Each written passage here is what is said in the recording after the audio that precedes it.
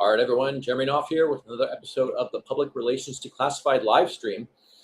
And today we're going to be talking about something that I see a lot of people get wrong when it comes to public relations. And it not only creates poor results in the short term, but also it has longer term implications as well, right? It has a much more dramatic effect on not so much what happens today, but what happens down the road, right? It prevents you from building good relationships and actually ending up getting featured in the media, and more importantly, getting featured consistently. So that is what to do when a journalist ghosts you. Now, this is something that happens a lot. You'll send a pitch to a journalist, they won't respond, and most people make the same mistake when that happens. So the first thing you want to do is not send another email. The problem is 99.9999% that it's not that they didn't see your email or that they missed it. It's that it's just not the right story for them for whatever reason. Now, there are some caveats here, of course. If something is legitimately breaking news, then there may be a case to be made for sending a follow-up email, but never more than one. And when I say breaking news, I want to be clear what I'm talking about, because most of the shit that people think is breaking news is not. And when they pitch it as breaking news, it makes them look like a fool. So for example, nobody cares who you just hired. Nobody cares about that stupid Inc. 5000 award. Like, none of these things are breaking news. Breaking news is, Joe Smith just cured cancer, or war in the Middle East is over, right? It's all peace and sunshine and rainbows. That's breaking news. Your new product is not breaking news. Nobody gives a shit about that. So if it is legitimately breaking news, and what I mean is something that is not only significant, but it's something that matters to or impacts a large portion of that media outlet's audience. Now, what's going to be important to one outlet may not be important at all to another outlet. So you also have to factor that in. So ultimately, breaking news will not apply to most of what most of you guys are doing. The other caveat here where it may make sense to send another email is if there's some kind of significant update to the foundation of your pitch. So, I've talked about our friend Carol Roth, who has been a champion for small business, fighting against the BOI, right, the Corporate Transparency Act. And let's say she was pitching that story to the media, or her team was. If they declined it, but then she reached back out, like this was a recent kind of change of events here, is that basically it got permanently shot down. It's not going to come back up. This thing has been kind of a zombie bill for many years. They've been trying to get it passed through. And it's something that would hurt a tremendous amount of business owners. Well, it would be a significant change to the foundation of her pitch. So if she had sent a pitch about the BOI and they declined, they didn't answer, whatever, it may make sense to circle back in that case now that it's been eliminated. And there's a new angle to the story. Plus, you've got this kind of trending topic aspect of it. And that's the kind of thing journalists tend to like. And then the other case where it may make sense to send another email, even though it does not in most cases, is if there's an existing relationship there. So if I'm cold pitching journalists, or even if it's journalists that I know somewhat, I'm generally not going to send a follow-up email, because if they didn't respond, then that means it's not a fit. Now, where I will do that is if there's a strong existing relationship. I've got a bunch of editors, a bunch of journalists, a bunch of producers, a bunch of anchors that I work with regularly, right? These are people that, I talk to outside the scope of just normal publicity related things, right? I go out to lunch with some of these people, or out to dinner with some of these people. Like, we know each other very well. In those cases, I might send a follow-up email, but that's because there's a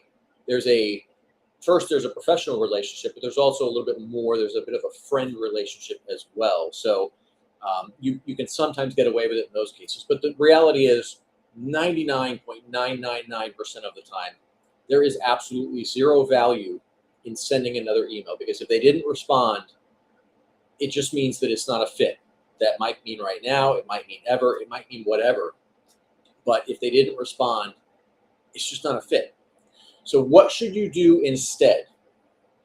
Well, the first thing to do is, whether they didn't respond or even if they flat out declined it, what you want to do is go back and review their content that has gone live since your pitch.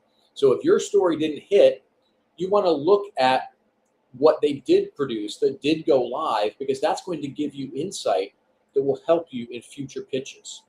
So if it was on topic, right? If it was something related to what you pitched, look at that piece, whether it's an article, whether it's a TV segment, look at it and see if you can identify what's different. What made that story go live when they declined or they ignored your story? That's where you're going to start finding the holes in your approach. And when you find those holes, now your next pitch can be better, right? So you have to find the mistakes and then learn from it. On the other hand, if everything they've published is off topic from what you pitched, it's completely unrelated, look at that and analyze what they're covering, right? This is one of the mistakes I see so many people make, is they'll just get a giant list of journalists and blast the same bullshit to everyone. And then they're surprised when none of their pitches land. They don't get any media features out of it. I've said this a million times. It's not about the size of the list. It's about relevance, and it's about relationships. So you have to know what kind of content they're regularly producing to determine how to craft your pitch in a way that's going to appeal to both them and their audience. So if you look at everything they've published since your pitch that went nowhere, that's going to give you a lot of insight into what will work better for them. So that will help you to make a better pitch in the future. Okay. The other thing we want to do, we've now analyzed their content. And this is something, by the way, you probably want to do this on a somewhat regular basis, because things may change, right? They're not the only one deciding what they create. In some cases, they may have an editor or producer or somebody who's guiding what they're publishing. And that may change from time to time. So you want to kind of, the people that you're going to be pitching regularly, you want to go through and analyze regularly what they are posting, because that stuff can change over time, and you want to make sure that you're on point with all of that. Okay. The next thing we want to do is we want to engage everywhere.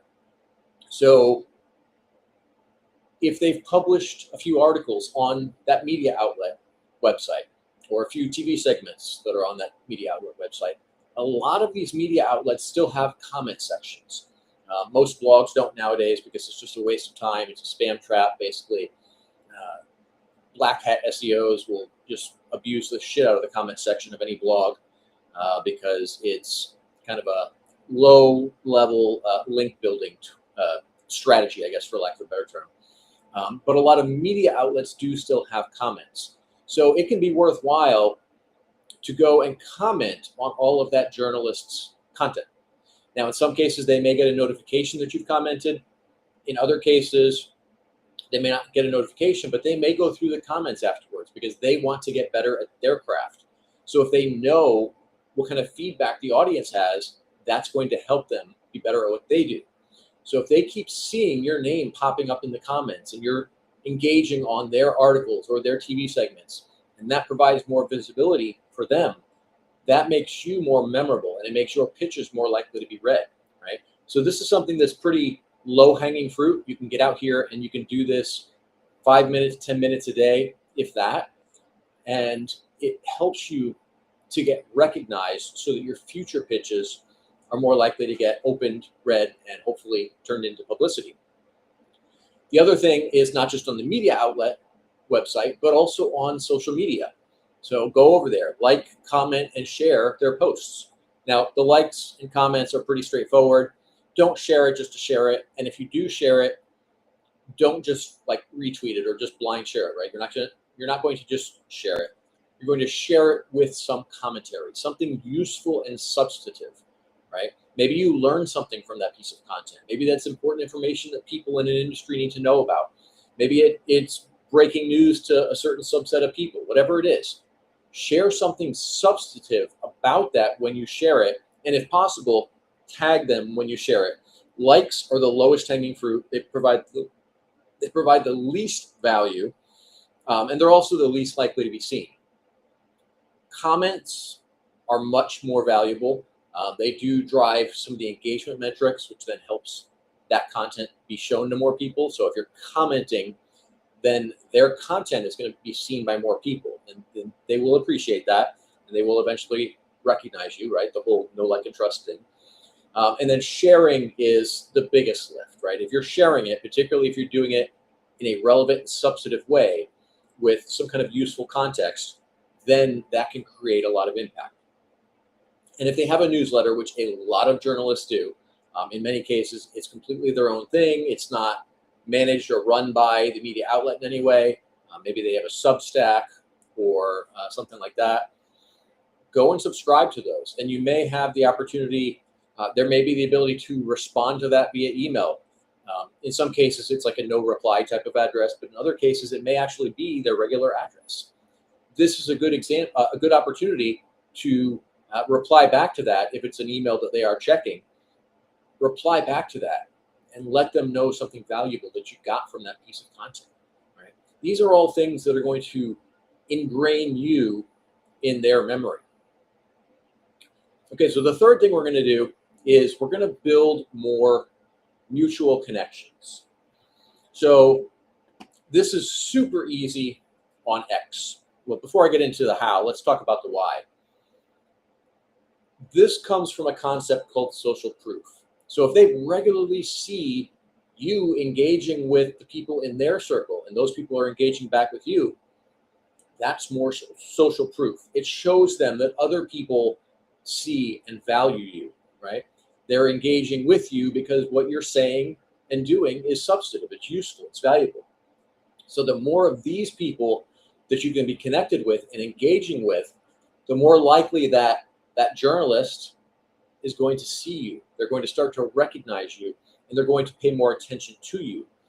And then, of course, the other side, like I said, is the social proof aspect. If these other people are following you, they're connected to you, they're engaging with you, that says something to the journalist. So this can be incredibly useful. All right, so there's a few different ways we can do this. I like to use X for this. X is really powerful because a lot of journalists are very active there. X is dead simple. We don't need to do any screen shares on this one.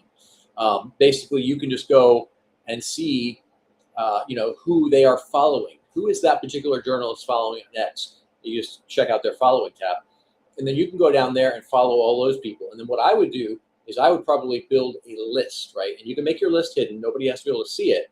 But if you have X Premium, you have the ability to create lists and add certain people to those lists. And that's a good way to go through and find useful, relevant content that you can engage on to increase your visibility and name recognition with the journalists that you're actually trying to establish a relationship with. Now on LinkedIn, it's a little bit more complex because you can't just, like on X or on Facebook, you can see everyone's followers and who they're following. In most cases, there are some privacy settings that can change that. But on LinkedIn, you don't really have that option. So let's talk about a few ways to find some of the people that a journalist is connected with so you can start engaging more within their sphere to build that name recognition. So I'm going to go ahead and pull up a screen share here on this one. So this is a profile of a guy that I'm not connected with in any way. I just looked up a journalist that I'm not connected with specifically for this purpose. But if we look here, we have 12 mutual connections. So what I could do, I'm going to open that in another tab real quick. I can come over here to these other folks, and I can go see what have they recently posted. And in some cases, there may not be much of anything because sometimes that's the case with some of the journalists. Let's check out Jasmine here. She's an anchor, so she's probably got some. Yeah, so nope. Yeah, she's got some content here. So, like we could go to some of these posts and maybe there's something relevant for you here, maybe not. But basically you want to go through, there's even a little link down here, show all. So we can go and see all of Jasmine's posts and look for something that makes sense to engage on. So if I start showing up in Jasmine's comments, then Zach is more likely to see me. Now, there's another cool way we can do this, and that is to go to the company page that journalist works for. So I've already got that open in another tab here, Fox 35 Orlando, and I've already clicked on the People tab. And so now I can come down here and I can find all of the other people who have Fox 35 listed as their employer in LinkedIn. So I can start sending connection requests to all these folks. I can start engaging on their content. And the idea here is we want to start engaging regularly on these people that journalist is connected with and engaging with on a regular basis. Something else you can do, let me pop back into the screen share real quick. Let's pop back over here to Zach's profile. And okay, so he's got no posts. But if he did, one of the things I might do is I might go to those posts and then see who is regularly commenting on his posts. And then also, so of course, if he's got anything on his profile, I would engage there. And if other people were regularly commenting, I would start commenting on their comments as well, because if he's used to seeing their names, well, now seeing you reply to that person is going to be a greater signal than just randomly replying, right? So what we want to do is we want to get out here and find the people that are in that sphere of influence for that journalist. And we want to start engaging on their content as well as the journalist content, right? We talked about that earlier. But we want to start engaging within that journalist's sphere, because that's going to put us on his radar. And so that also couples in, like I said, the social proof aspect as well, right? If they see what you've posted as useful and they reply back, now you're creating more social proof. You're showing that you're someone that other people, in a sense, look up to, they respect, they value your input, your insight. So this is a really powerful technique that I've used God knows how many times to get in with a particular journalist. So I highly recommend doing that. And then the other thing that I like to do a lot is look for other opportunities to provide more value.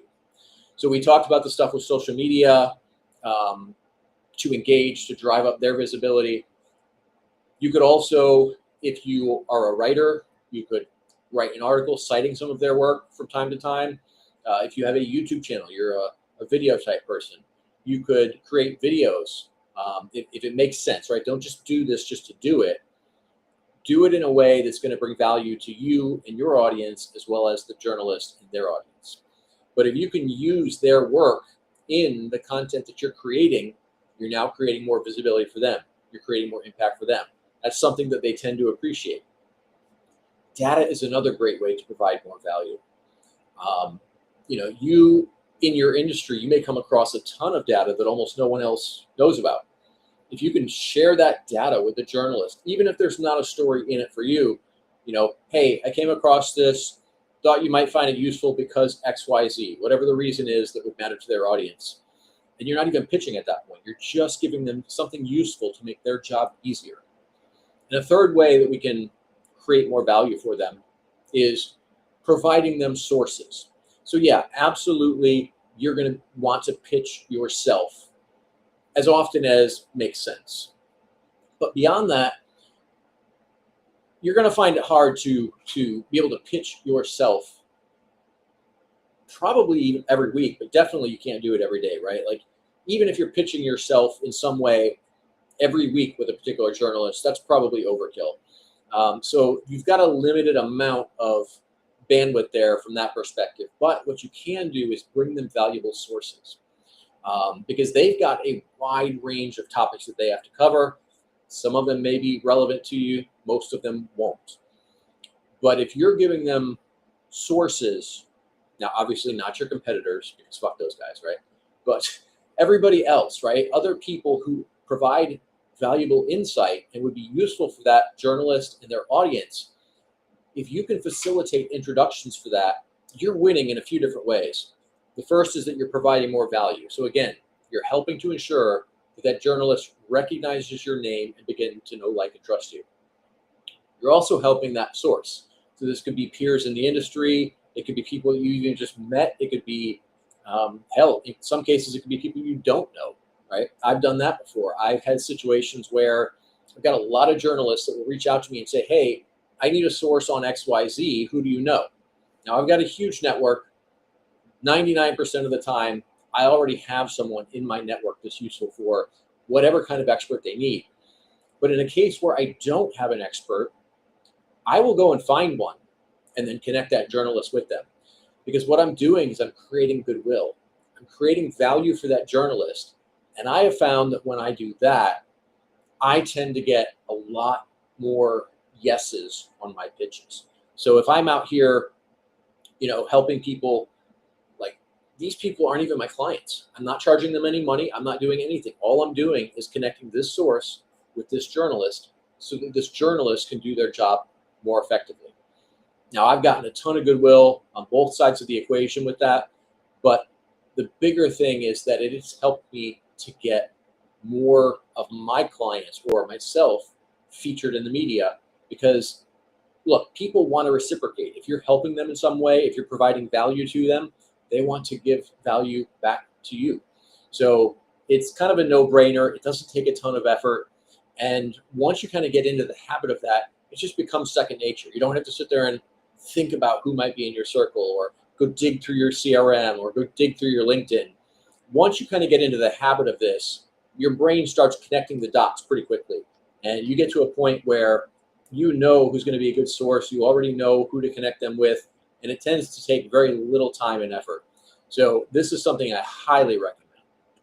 So that'll lead us into Jeremy's PR PSA for today's episode, which is that not getting a response from a journalist isn't a sign to send them more emails. It's a sign to adjust your strategy and build a relationship. So when it comes to public relations, I always talk about how, it's not the size of the list. It's not the outlet that somebody works for. What matters is that relationship. There's a story I've told several times about a good friend of mine who's also a publicist I had introduced her to a journalist several years ago, and she had pitched a great story to that journalist. Everything was a fit. It was the kind of stuff she talks about all the time. It was a trending topic, so it was very timely. And it was a well-crafted pitch, right? I actually saw the email that she sent her. And like I said, this was an introduction that I set up for her. I connected this publicist to this particular anchor on a TV network. The pitch went nowhere. And I asked her about it maybe a week or so afterwards, and she's like, well, no, she hasn't responded. I was like, well, do you want me to reach out to her and see if I can make anything move? So I ended up doing that. And I didn't send anywhere near as robust a pitch, right? Hers was perfect, great opening hook, great supporting information, great data, great close. Everything was solid. From a technical perspective, 10 out of 10. When I didn't even email her, I texted that anchor. This was someone I had a very good relationship with. So I just texted her, and it was like maybe 3 words, right? Like a very rough topic, and then a thumbs up and a thumbs down emoji. And within about 5 minutes, she responded, yes, let's make it happen. Send me the info. So I sent that over to her. Everything ended up turning into a great TV segment. But that all came because of the relationship. It wasn't because anyone sent a bunch of follow-up emails. It wasn't because someone talked about how awesome they were. It came down to the relationship. And ultimately, that is what is going to give you an advantage when it comes to public relations. The more people that you know well, the more impact you're going to have in getting yourself featured in the media. So this is such a critical component. It's also the hardest part, right? It's a simple process, but it's not an easy process. It takes a lot of time, it takes a lot of work, and it takes consistency. And that's why most people don't do it. And that's also why if you do it, it's going to create a massive impact for you because you'll stand out from almost everybody else out there. So guys, I want you to put this into practice. This is going to have a huge impact for you. It's going to help protect the relationships. It's going to help build the relationships. And it's going to help you guys get featured in the media a lot more often and a lot more easily. So I hope you guys found that valuable. If you did, I'd love it if you drop us a comment on YouTube. And if you think somebody else could benefit from this, share this with them. Let them know that this content's out here and that they should be following along with this and applying the principles that I'm teaching here. All right, guys, that's going to be a wrap for today. Thanks for joining us, and I will see you all in the next episode.